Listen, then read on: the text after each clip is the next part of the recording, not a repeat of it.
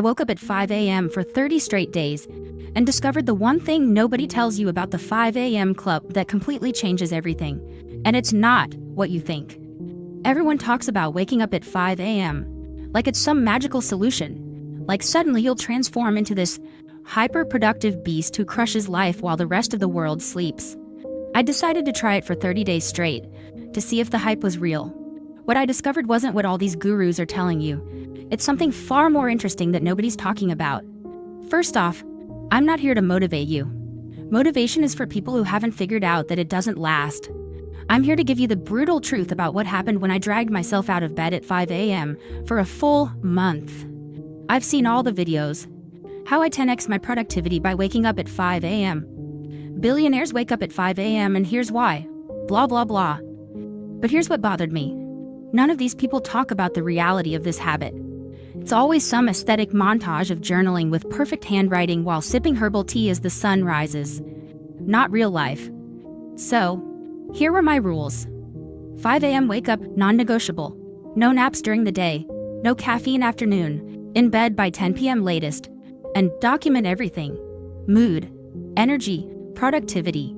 I got the daily log and scored my focus, productivity, and mood on a scale of 1 to 10. Before the experiment, my average productivity score was a measly 5.8. Day 1 wasn't the problem. Day 1 was easy because it was exciting. It's day 4 when your body realizes this isn't just some sick joke. You're actually serious about this 5 a.m. thing. By day 7, my friends thought I joined a cult because I kept declining dinner invitations. Sorry, I can't. I need to be asleep by 9:30. When you commit to waking up at 5 a.m., you're also committing to becoming the most boring person in your friend group. That's just math. Need 7 to 8 hours of sleep. That means you're in bed by 9 to 10 p.m. Know what happens at 9 p.m. on a Friday? Absolutely nothing. The night is just getting started for everyone else. And remember that productivity score I mentioned earlier? By this point in the experiment, you wouldn't believe what was happening to those numbers. But I'll get to that in a minute. Week 2 hit me hard. I started questioning everything. Why am I doing this? Is this actually making me better? Or am I just torturing myself because some CEO said this is the secret to success?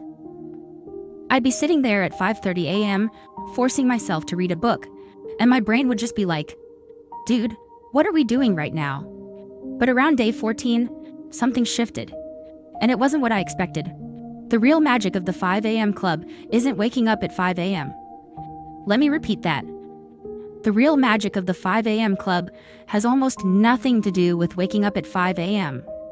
It's about what happens when you create a non-negotiable structure in your life. When you build a fortress around your time and energy. See, I realized something by week 3. I wasn't more productive because my brain worked better at 5 a.m. In fact, my cognitive performance was trash until about 7 a.m. I was more productive because I had eliminated decision fatigue from my life. Think about it. When you decide that 5 a.m. is wake-up time, non-negotiable, you've just eliminated the "should I sleep more" decision.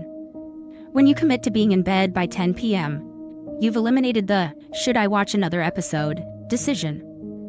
I remember this one night in week 2.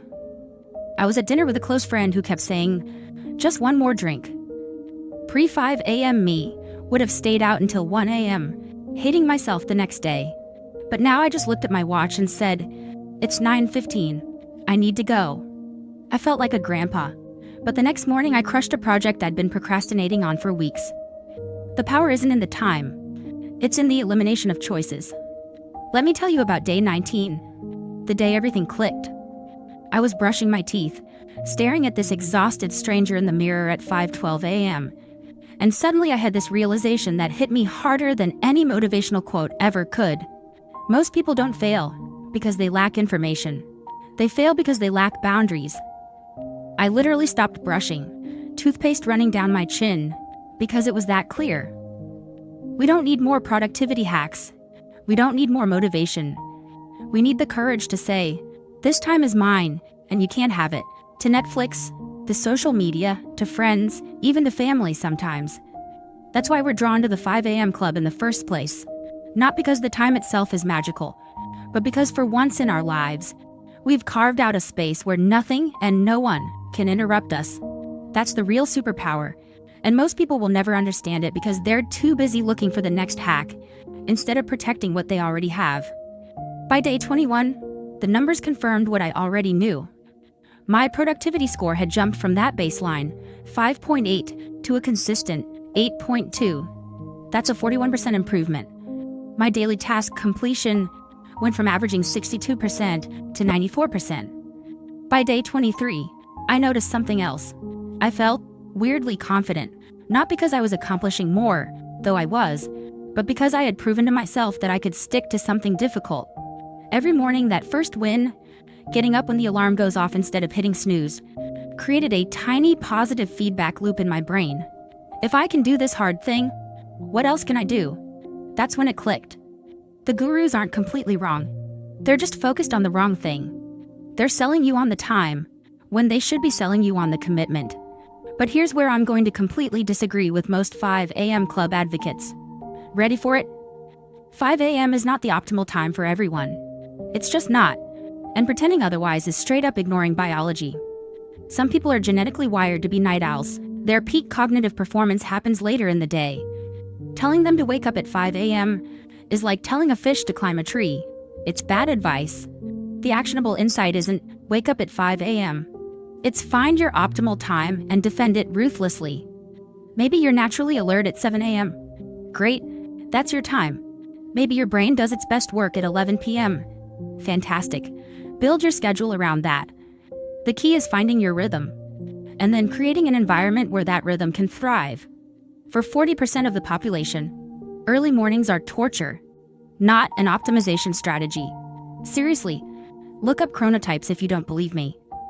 The problem is that we've glamorized this specific time, rather than the principle behind it.